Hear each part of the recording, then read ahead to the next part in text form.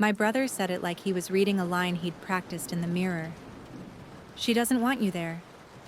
I stood in my kitchen with a dish towel in my hand, the sink running, and the kind of silence that makes you hear your own heartbeat. What? I asked, even though I'd heard him clearly. He exhaled hard, like I was making his life difficult by needing a second of basic human explanation. Madison doesn't want you at the wedding, Claire. She thinks you're intense and controlling. And honestly, she just doesn't like you.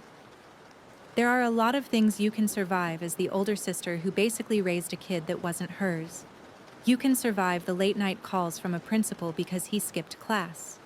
You can survive the, "I forgot to tell you, I need $300 by tomorrow" texts. You can survive putting your own dreams on hold so someone else can keep theirs. But there is something uniquely brutal about being told you're not invited to the very event you helped fund because someone who arrived 6 months ago decided your existence was inconvenient. I'm Claire Whitman. I'm 37. I live in Des Moines, Iowa, in a little 2-story house with a porch swing that creaks in the spring and a fence that I painted myself after my divorce because I needed something I could finish with my own hands.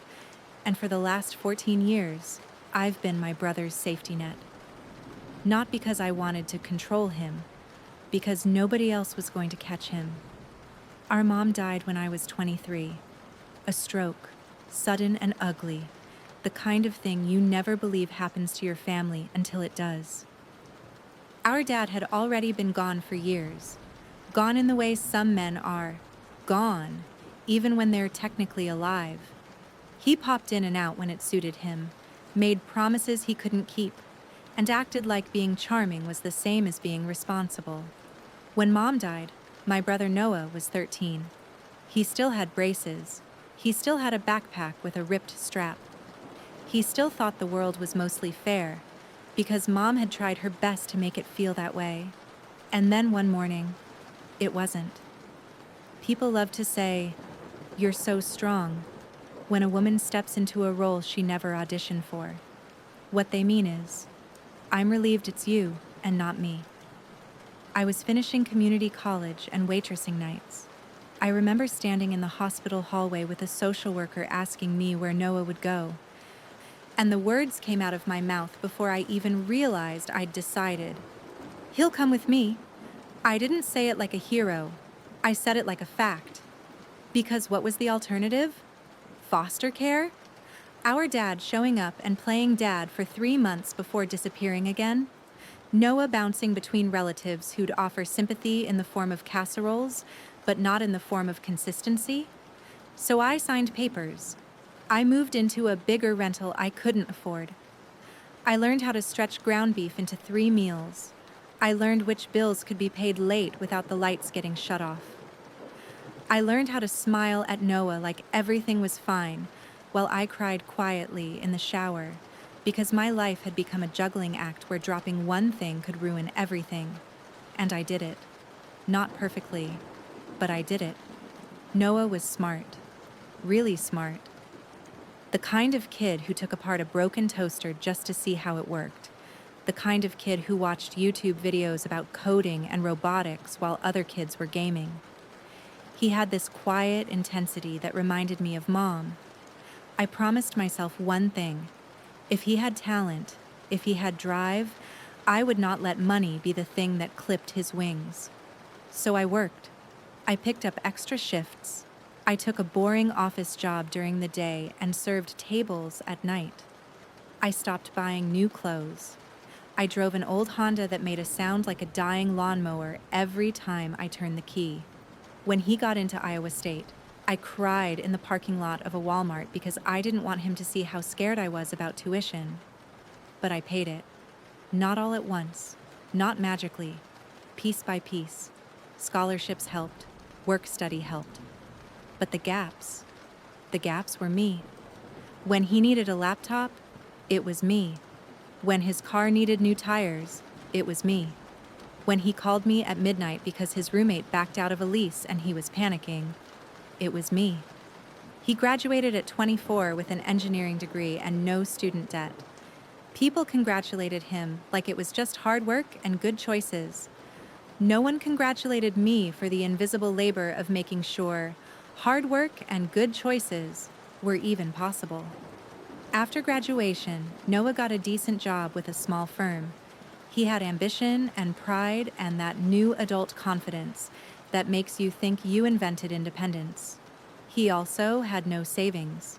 So when he told me he wanted to move out of his cheap apartment and into something that actually feels like a life, I did what I always did. I made a plan. There was a small townhouse on the edge of the good part of town. 2 bedrooms, a tiny yard, safe neighborhood, close enough to downtown that he could feel like he was in the mix without paying downtown prices. I bought it, not because I wanted to own him, because it was an investment I could afford and because I knew he couldn't. The deed was in my name. The mortgage was in my name. The homeowner's insurance was in my name. The property taxes were in my name. Noah paid me rent that was lower than market, and I told myself it was fine because he was building a career and getting his feet under him. I even made a little spreadsheet for him. Savings goals, emergency fund, retirement contributions. He laughed at it, called me Mom 2.0, but he followed it enough that I felt hopeful. Then he met Madison. He told me about her like he was describing a prize he'd won. She's different, he said. She's ambitious. She's confident. She pushes me. I wanted to be happy for him. I really did. The first time I met her, she hugged me like we were old friends and said, "Noah has told me so much about you." And the way she said it made my skin tighten, like she wasn't saying it because she admired me. She was saying it because she'd already built an entire version of me in her head, and now she was confirming details. Madison was pretty in the polished way. Perfect hair, perfect nails, skin that looked like it had never seen stress. She worked in social media strategy, which I later learned meant she freelanced and posted a lot about manifesting your dream life. She also had opinions. So many opinions. She complimented my house, but then immediately asked if I'd ever thought about upgrading the kitchen because it's kind of dated. She talked about weddings like she was already planning one, even though they'd been dating 3 months. And she said little things, casually, like jokes. "You must have been so lonely raising a kid that wasn't yours," she said once, sipping wine like she was tasting something expensive. "No wonder you're attached." Attached. Like Noah was a stuffed animal I refused to let go of. Noah laughed, awkwardly, like he didn't know what to do with that. I smiled and changed the subject because I'd learned something important in my 30s. Not every comment deserves a war, but my body kept a score. My mouth didn't. Over the next 6 months, Madison became a constant presence. She was at Noah's townhouse constantly. She posted pictures from his patio like it was her home. She talked about our place and our neighborhood and our life in a way that made my stomach twist because I knew the bills were still coming to my address. Then, one Saturday in late spring, Noah texted me, "Can you come over? Need to talk." When I arrived, Madison was there too, sitting at the kitchen counter with her laptop open, tapping her nails on the granite like she was waiting for a meeting to start. Noah looked nervous. That alone put me on edge. He cleared his throat. "So, Madison and I have been talking." Madison smiled at me like she was the HR representative here to deliver news. "We're ready for the next step," she said. I glanced at Noah. "Moving in together?" Madison laughed. "We already basically do." Noah's ears turned pink. "We're engaged." For 1 second, I forgot how to breathe. Then I did what I've always done. I swallowed my own feelings so someone else could have theirs. I stepped forward and hugged him. "Congratulations," I said, and I meant it, in the way you mean it when you're trying to be a good person. Madison hugged me too, tighter than necessary, and whispered, "We're so excited to start our life without, you know, extra voices." Extra voices. Like my existence was background noise. Noah pulled back and tried to smile like everything was normal. "We're thinking fall. Maybe October." "That's soon," I said. Madison tilted her head. "When you know, you know." I nodded. "Okay." Then Noah said, "Also, we wanted to talk about the townhouse." And there it was. The real reason. Madison folded her hands like she was about to present a proposal deck. "We want to buy," she said. "But not from a bank. From you." Noah jumped in quickly.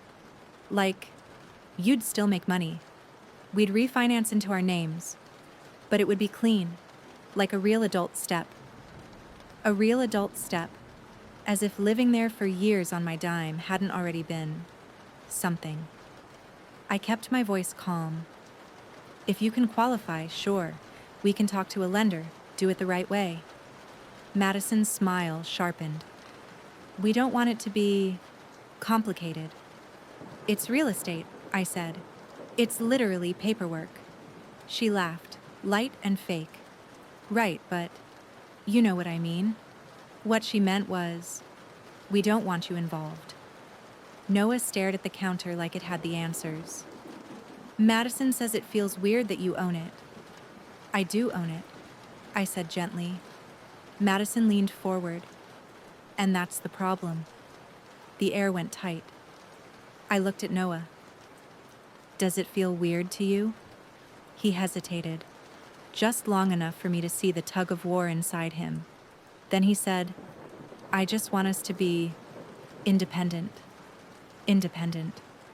The word people love to throw around when they've been carried for so long they don't even recognize the arms holding them up. I nodded slowly. "Okay, if you want independence, we can map out what that looks like." Madison's eyes flicked to my face like she was measuring whether I'd fight. I didn't. Not then. Because I still believed Noah was Noah. Because I still believed the years mattered. Because I still believed love meant something.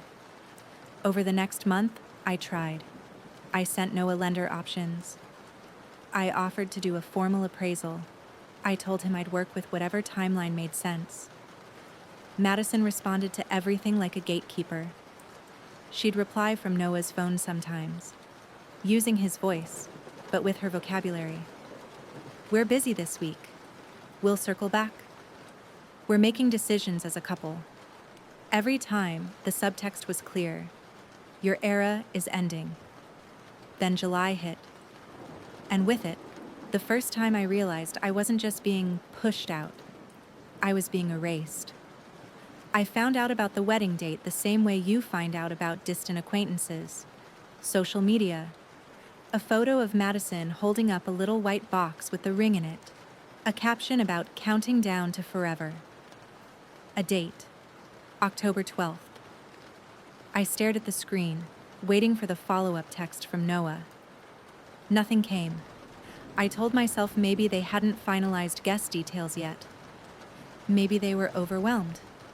Maybe Noah assumed I knew. Then, in late August, a friend from work, Tracy, who doesn't even know Noah beyond the polite hellos at a barbecue, said, "Are you excited for your brother's wedding?" My stomach dropped so fast I felt dizzy. "How did you—" Tracy showed me her phone. Madison had posted a link to their wedding website. The kind with engagement photos and registry links and a cute little story about how we met. I clicked it. There was a tab for details. Venue, a barn-style event space outside the city. All string lights and whitewashed wood. The kind of place that makes people feel rustic without ever having to touch real dirt. Schedule, hotel block, registry. And then I saw the guest list section. Not public names, but RSVP prompts. I typed in mine, Claire Whitman. No results found. I tried again. Claire. Whitman. Nothing. My fingers went cold. That night, I called Noah. He didn't answer. I called again. Voicemail. I texted, "Hey, need to talk. Call me tonight." An hour passed, then 2. Then my phone buzzed. Not a call. A text. From Noah. "We're busy. What's up?" Busy. My hands shook as I typed, "I can't RSVP. Am I on the guest list?" There was a long pause. So long I could hear my own thoughts getting loud. Then, "Can we talk tomorrow?" I texted back, "No. Talk now." A bubble appeared. Disappeared. Appeared again. Finally, "Madison thinks it's better if you don't come." My chest felt like it cracked. I called him again. This time he picked up, but he sounded irritated, like I'd interrupted something important. "Claire," he said, "can you not do this right now?" "Do what?" My voice came out sharper than I meant. "Ask why I'm not invited to your wedding." He sighed. "It's complicated." "No," I said. "It's not. It's either I'm invited or I'm not." He didn't answer immediately. Then, quieter. "Madison doesn't want you there." The exact words, like he was reading them off a script. I swallowed. "Why?" He sounded defensive. "Because she feels like you judge her. And you always act like you're the third person in our relationship." I actually laughed. One short, disbelieving sound. "I act like I'm the third person? Noah, I raised you." "I know," he snapped. "And you never let me forget it." The line went quiet in my ear, but my kitchen felt like it was tilting. "I never let you forget it?" I repeated slowly. "Do you hear yourself?" "It's always the same," he said. "You pay for something, and then you act like you get a vote." "I didn't pay for something," I said, voice shaking now. "I paid for your life when you were a kid because there was no one else." Madison's voice appeared in the background, muffled but clear enough. "Tell her she's not coming, Noah. I told you this would happen." I felt my pulse spike. I tightened my grip on the phone. "Put me on speaker." "No," Noah said immediately. "Put me on speaker," I repeated. "If she's going to decide whether I'm family, she can say it to me." He hesitated. Then I heard the click. Madison's voice, crisp and sweet like she was hosting a podcast. "Hi, Claire." I stared at the wall in front of me like it might crack. "Hi," I said. "So you're the reason I'm not invited." She sighed dramatically. "I'm not doing this for fun. I'm doing this because boundaries matter." "Boundaries," I repeated. "You mean cutting out the person who raised him?" She laughed. "You didn't raise him. You helped. There's a difference." My throat tightened. "You met him 6 months ago." Madison's tone sharpened. "And in 6 months, I've seen enough to know you're unhealthy for him." Unhealthy. Like I was a toxin. Noah didn't say a word. I waited for him to defend me. I waited for him to say, "That's not fair." I waited for him to act like the boy who used to hug me so hard after a bad day at school that I'd feel his ribs through his hoodie. Nothing. Madison kept going, now confident. "You're always hovering. Always paying for things so you can feel important. Honestly, it's kind of pathetic." Pathetic. The word hit like a slap. My whole body went still. And then Noah, my brother, the kid I fed and clothed and sat through parent-teacher conferences for, said quietly, "Claire, she's right." I blinked slowly. My voice came out calm in a way that scared even me. "Okay." Noah sounded relieved, like he thought I was finally going to be reasonable. "Okay?" he echoed. "Yes," I said. "You're adults. You don't need me. That's what you've been telling me." Madison jumped in quickly. "Exactly. We're building our own life. We don't need your money or your opinions." I breathed in once, deep. Then I said the sentence that changed everything. Then you won't be living in my house anymore. Silence. Real heavy silence. Madison's voice turned sharp. Excuse me? The townhouse, I said. It's mine. The deed is in my name. The mortgage is in my name. The utilities are in my name. You want independence? You're going to get it. Noah's voice panicked. Wait. Claire, no, that's not what we meant. Madison scoffed. Are you threatening us? I'm not threatening, I said. I'm agreeing with you. Noah rushed. We can work something out. We're trying to refinance. You've had months, I said. And you chose to cut me out instead. Madison's tone got icy. You're proving my point. You're doing this because you're hurt. Yes, I said simply. I am hurt, and I'm also done. Noah's voice broke a little. Claire, please. I closed my eyes. For the first time in years, I let myself feel the anger without apologizing for it. I'll send you a formal notice, I said. 30 days. That's fair. Madison hissed. This is unbelievable. I opened my eyes and looked around my kitchen.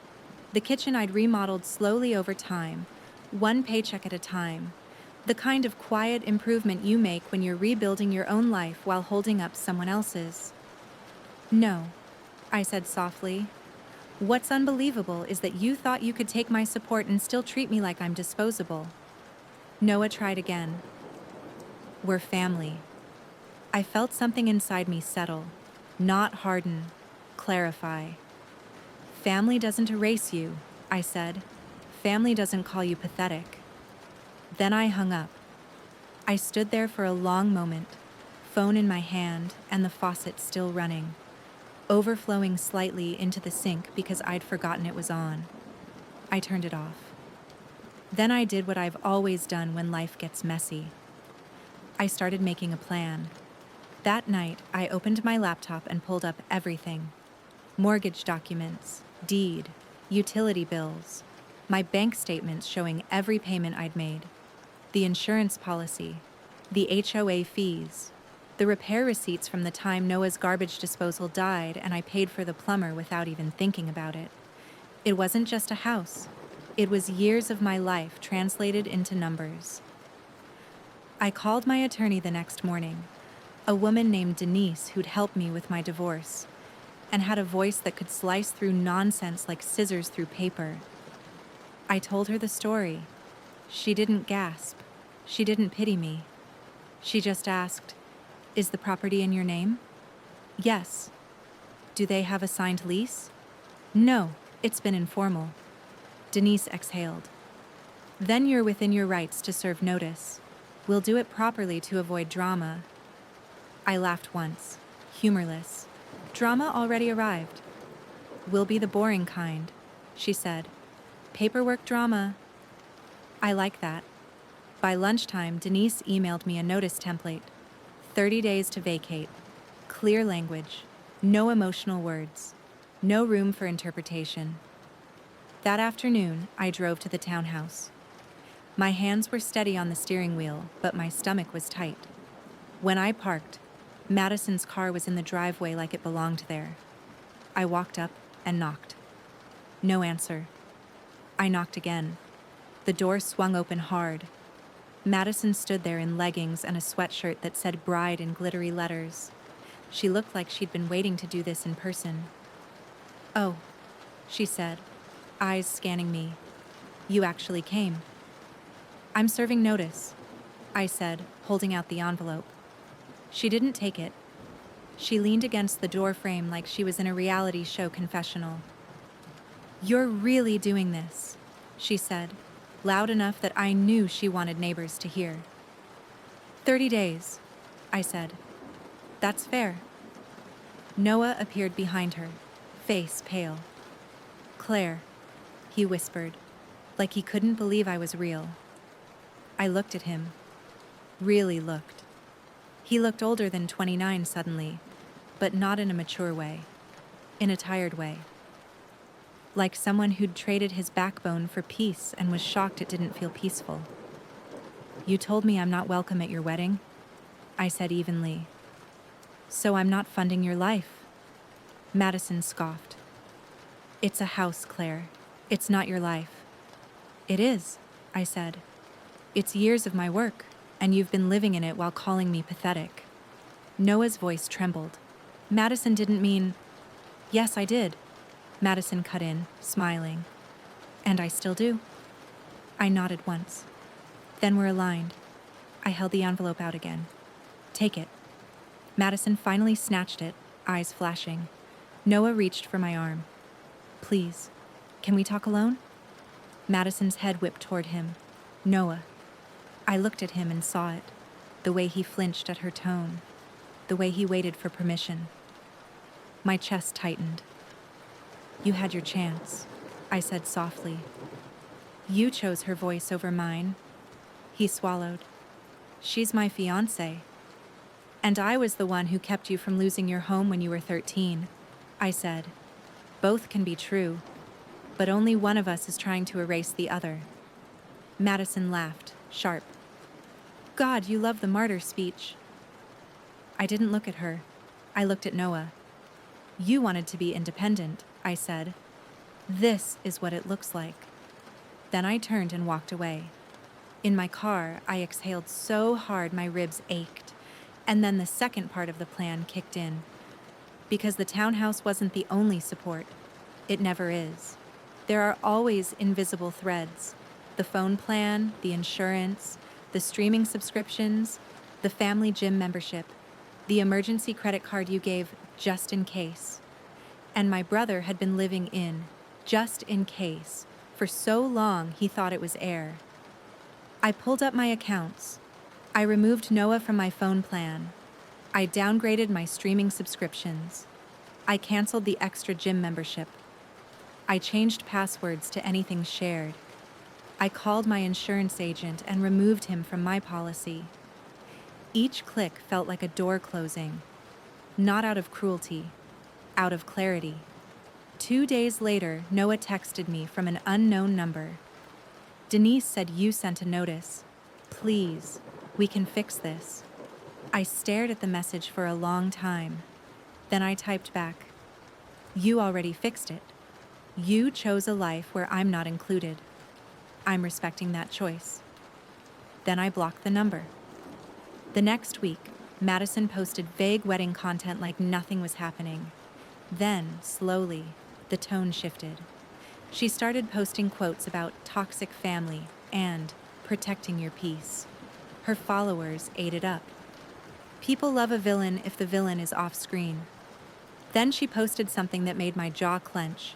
A selfie with mascara-perfect tears and a caption about how some people use money to manipulate and punish when they don't get their way. I sat on my porch swing that evening, phone in hand, reading comments from strangers calling me narcissistic and controlling. And I realized something. Madison wasn't just removing me from the wedding. She was rewriting the story. And in her story, I was the problem. I could have fought online. I could have commented. I could have posted my receipts. But I remembered something Mom used to say when I was little and I wanted to argue with a kid on the playground. Baby, don't wrestle in the dirt with somebody who likes being dirty. So I didn't fight online. I fought with structure. I listed the townhouse. I hired a realtor named Gabe who wore sneakers with his suits and spoke in calm, practical sentences. He walked through the property and whistled softly. This is a great place, he said. You're gonna get interest fast. I nodded. I want it clean. No drama. Quick timeline. Gabe raised an eyebrow like he knew there was a story, but he didn't ask. He just said, then we price it right. Within a week, there were showings scheduled. Madison texted me again, from another number. You can't sell. We live here. I didn't reply. Noah called from that number too.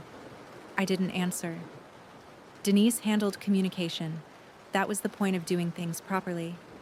Then Madison showed up at my house. On a Saturday morning, I was watering my plants when I saw her car pull up.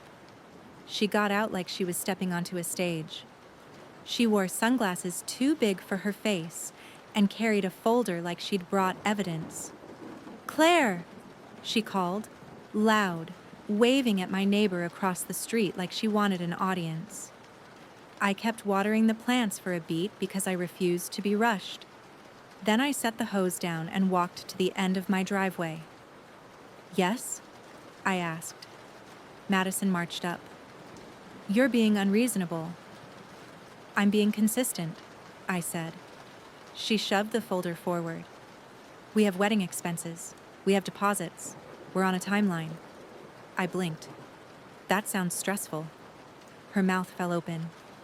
"Are you serious?" "Yes," I said. "That's what adulthood feels like.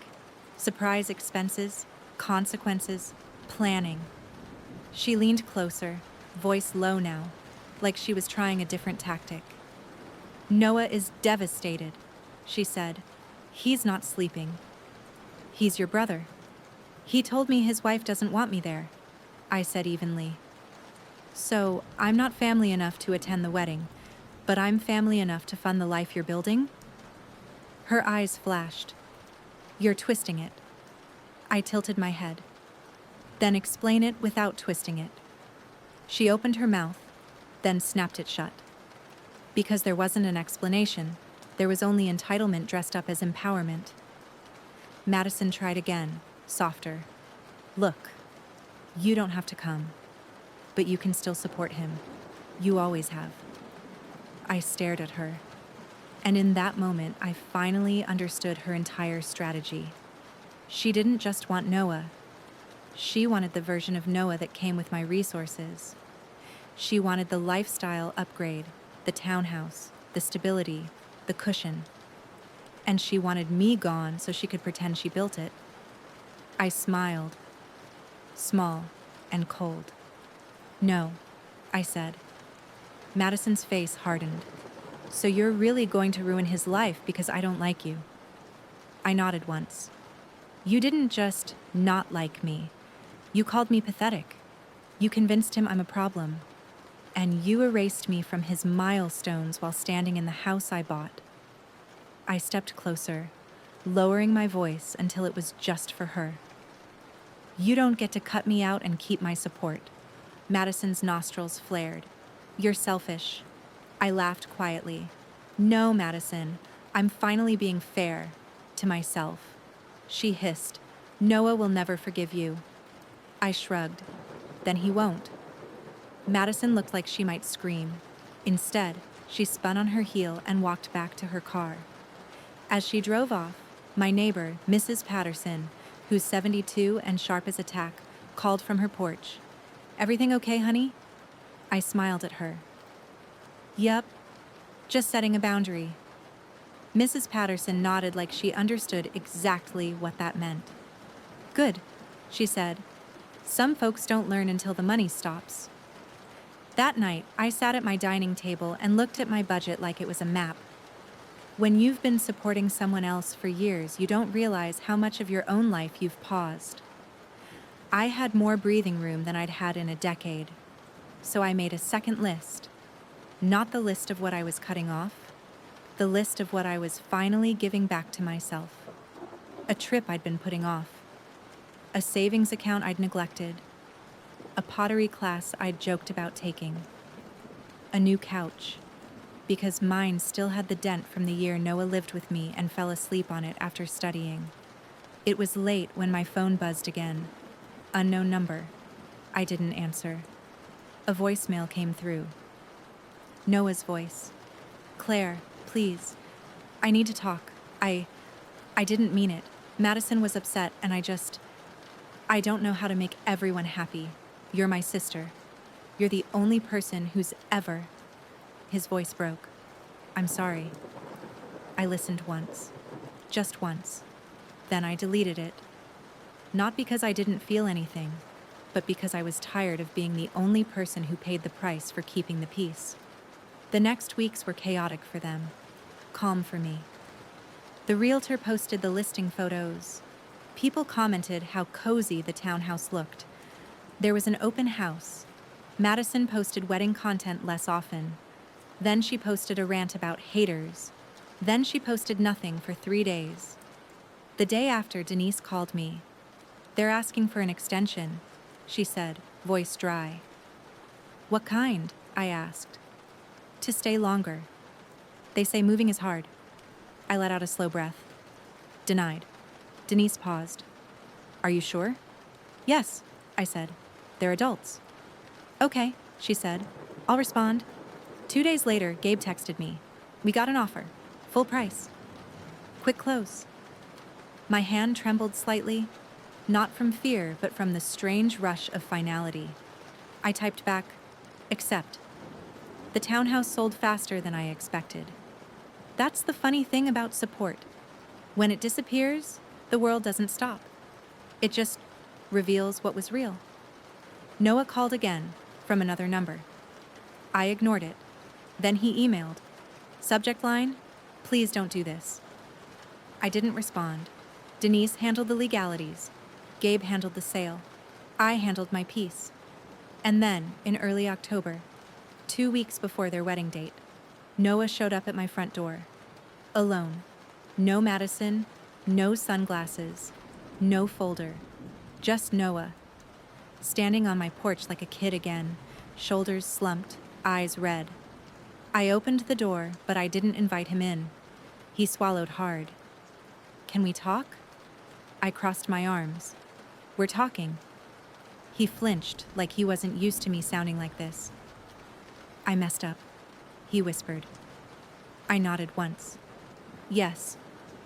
He looked down at his shoes. "Madison, she said things. And I went along with it because it was easier than fighting." I waited. He lifted his eyes. "She told me you were trying to control me, that you wanted me to stay dependent." My voice stayed steady. "And you believed her?" He blinked rapidly. I didn't want to. But she kept saying it, and she'd get upset and say I was choosing you over her. And I wanted her to stop being mad. The honesty in that was painful. Not because it excused him, because it revealed him. "I wasn't trying to control you," I said quietly. "I was trying to protect you." He nodded fast. "I know that now." "Why now?" I asked. "Why not when she called me pathetic? Why not when she cut me from the guest list?" Noah's face crumpled. "Because I didn't think you'd actually leave." There it was. The truth nobody says out loud. He didn't think my love had limits. He thought I was permanent, a utility, a guarantee. I stared at him for a long moment. Then I said, "You made a choice. You chose a life where I'm not welcome." His voice cracked. You did," I said gently. "Even if you didn't mean to." Noah wiped his face quickly. "The wedding. It's falling apart." I didn't move. He rushed. "The venue wants final payment. The deposits are non-refundable. Madison's furious because she thought her brand deals would cover more. But they didn't come through. Brand deals. Of course." He looked up at me with raw desperation. "I don't know what to do," he whispered. I need help." The old version of me, the version that had stepped into a hospital hallway and said, "He'll come with me," stirred inside my chest. But the new version of me held her ground. I tilted my head. "What kind of help?" Noah's voice dropped to a plea. Just enough to get through this. I'll pay you back. I'll sign something. I'll do anything." I watched him, and I thought about all the years, the tuition, the groceries, the late-night drives, the way I'd had to be both sister and parent because no one else would. And I thought about one simple fact. He had already decided I wasn't worth a chair at his wedding. I took a slow breath. "No," I said. Noah froze, like he couldn't process the word. "Claire." "I'm not your bank," I said. "I'm not your safety net, not anymore." His voice rose, panicked. "But you're my sister." I nodded. "Yes. and you treated me like a problem you needed to eliminate." He shook his head. "I'm sorry. I'm sorry." "I believe you," I said, surprising him. "I do." He blinked. "But sorry doesn't restore trust," I continued. "And it doesn't undo what you let her do." Noah's shoulders slumped. "So that's it?" I held his gaze. "That's it." He stared at me like he was seeing me for the first time. Then he whispered, "You're really going to let me fail?" I felt my chest tighten, but my voice stayed calm. "Noah," I said, "you're not failing because I'm not saving you. You're struggling because you built a life that depends on rescue." His jaw trembled. "I'm giving you what you said you wanted," I added. "Independence." He swallowed hard. "What if Madison leaves?" I didn't flinch. "Then you learn, the way everyone else learns." Noah's eyes filled again. For a second, he looked like a 13-year-old boy in a too-big hoodie, terrified of a world that didn't feel safe. And I almost reached for him. But then I remembered my own kitchen, the running faucet, the word pathetic. And I stayed still. "I hope you figure it out," I said softly. "I really do." Noah stood there another moment like he was waiting for me to change my mind. When I didn't, he turned and walked down my steps, slow and heavy. I watched him get into his car. And I didn't chase him. Because chasing is what I'd been doing for 14 years. The wedding did happen, technically. I only know because a mutual cousin texted me afterward, the kind of gossipy update that comes with popcorn energy. They did it smaller. Cut the guest list, fewer flowers, no fancy videographer. Madison posted a highlight reel anyway, like everything was perfect, because perfection is her brand. But the cracks showed. 2 months later, I got an email from Noah. A real one. Not a plea. Not a guilt trip. A paragraph. He wrote that he'd started therapy. He wrote that he'd finally admitted he doesn't know how to stand on his own because he never had to. He wrote that Madison didn't like therapy, said it was embarrassing, said he was letting outsiders influence him. He wrote that he didn't know what would happen with their marriage. He didn't ask me for money. He didn't ask me for anything. He just said, "I'm trying to become someone who deserves you in his life again. I don't know if I ever will, but I'm trying." I read it twice. Then I put my phone down and sat in the quiet of my living room. The quiet didn't feel empty. It felt earned. That winter, I took a trip by myself for the first time in years. Savannah, Georgia, warm air and Spanish moss and coffee shops where nobody knew my history. I walked along the river at sunset, listened to street musicians, and felt something loosen inside me. Not anger, not grief. The constant readiness to be needed. Back home, I put the townhouse sale proceeds into my own life. I paid down debt. I built savings. I finally replaced the couch. I took that pottery class and made a crooked mug that I loved because it was imperfect in mine. And when people asked, "Do you talk to your brother?" I told the truth. Not much. He's figuring things out. Some people looked uncomfortable, like they wanted me to say I forgave him and everything was fine. I didn't give them that, because real life isn't always a neat reconciliation scene. Sometimes the lesson is quieter. Sometimes the justice is simply a woman choosing herself after years of being someone else's foundation. I used to think love meant endless giving. Now I know love without respect is just a trap dressed up as loyalty. And if anyone listening needs to hear this the way I did, you are not pathetic for caring. But you also don't have to keep paying to prove your worth. You can love someone and still step back. You can be kind and still be done. You can build a boundary so solid that your life finally has room to breathe. That's what I did. And for the first time since I was 23, the future feels like it belongs to me.